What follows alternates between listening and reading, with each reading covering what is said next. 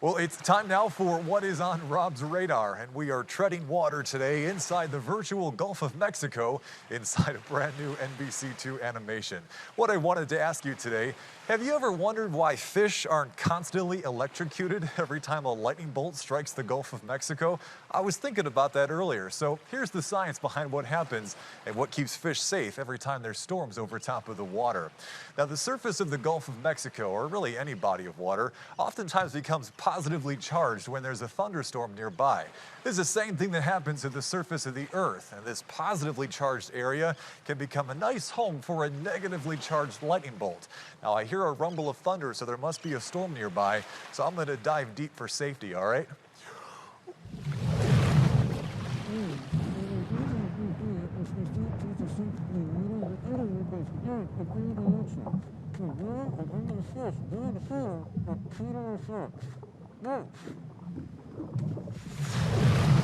But if I was treading water here on top of the surface of the water and there was a lightning strike nearby, even if it doesn't hit me directly, because I'm in the positively charged part of the water, I can still get electrocuted, even though I might not get directly hit by that bolt. So the next time you go to the beach, and certainly the next time you go swimming in the Gulf of Mexico, make sure you're paying close attention to the forecast, because you can be easily struck, and you don't want to be swimming with the fishes. As we transition over to what's on Rob's radar, I wanted to show you this pretty astonishing image of Manasota Key Road. In the wake of Hurricane Idalia, that's what it looked like. It was just totally destroyed. That like earthquake type effect, which is something similar to what the Sanibel Causeway looked like in the wake of Hurricane Ian. But if you look at the satellite images following Hurricane Ian, this exact same stretch of road didn't suffer a scratch, even though it's right up against the Gulf of Mexico. So what gives? Why would a stronger hurricane, Category 4 Ian, that was much, much closer to us, cause less damage to that road as compared to Hurricane Idalia, which was much, much weaker and way farther away? Well, the story here revolves around the wind direction. During Hurricane Ian, this part of Sarasota and Charlotte County had an offshore wind, so all the salt water was being pushed away from Manasota Key Road. This week, with Hurricane Idalia, because the center of the hurricane stayed to the west of us, it was an onshore wind. So all that salt water in this episode was pushed right toward Manasota Key Road, got underneath the road, and completely destroyed it. To put that in sort of spatial terms here, this is a look at Sarasota and Charlotte counties. As you recall, Ian, a fierce, fierce hurricane at this point, but pushing the salt water away from Manasota Key.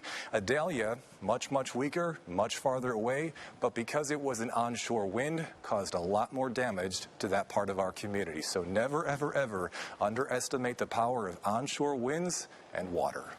Now, a cooler way to explain this would be to use your imagination. Pretend that we got into a really high-powered elevator and could go up a few miles into the atmosphere.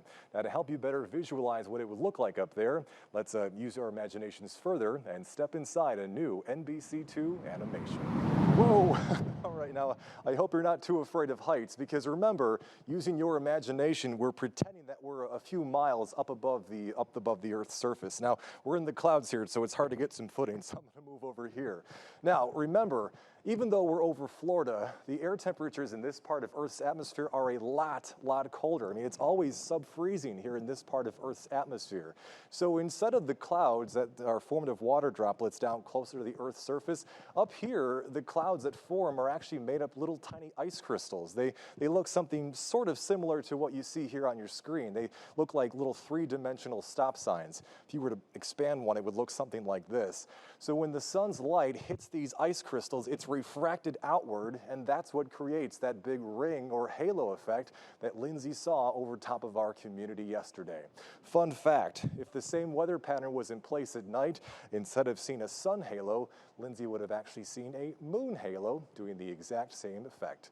Thank you for the question, Lindsay, and let me figure out a way to get back down to the Earth's surface, and we'll carry on with our forecast.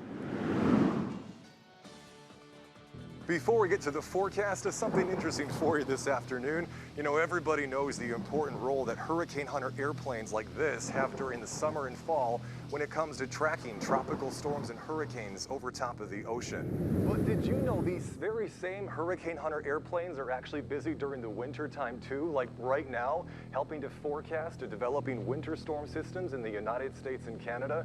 These planes basically have the same job, flying out over the ocean, giving us an idea as to how the atmosphere is expected to change over the next coming days. In fact, the Hurricane Hunters, they were busy last night, flying from the northern Gulf Coast and out here across the Atlantic Ocean.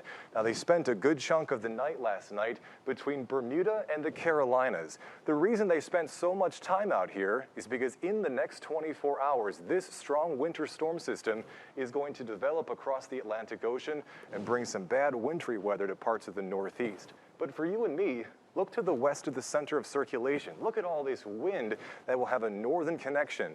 This is how it's even possible for such cold air to make it as far south as South Florida. And this is why it's possible we could be talking about some record cold temperatures this weekend. Well, it is time now for what is on Rob's radar. And today I wanted to set aside a few moments and bring you up to speed on a story that I find absolutely fascinating. It's an issue that's been brewing for a couple of years, but it's been picking up more speed now in the past month. And it revolves around the country of Indonesia moving its capital from the megacity of Jakarta to a brand new city on the island of Borneo called Nusantara. Now, why on earth would the government of Indonesia want to spend probably billions of dollars over the next couple of years to move their capital from one island to the next? Well, Jakarta is a gigantic city. It's got a population of around 10 million people just in the city limits. And because of all the people that are confined in this small geographic area, they're using a tremendous amount of groundwater. And because of all the wells that are sucking up all that groundwater, as they take the water out of the earth is compensating by literally sinking, and to a very large degree, especially on the northern parts of the city of Jakarta.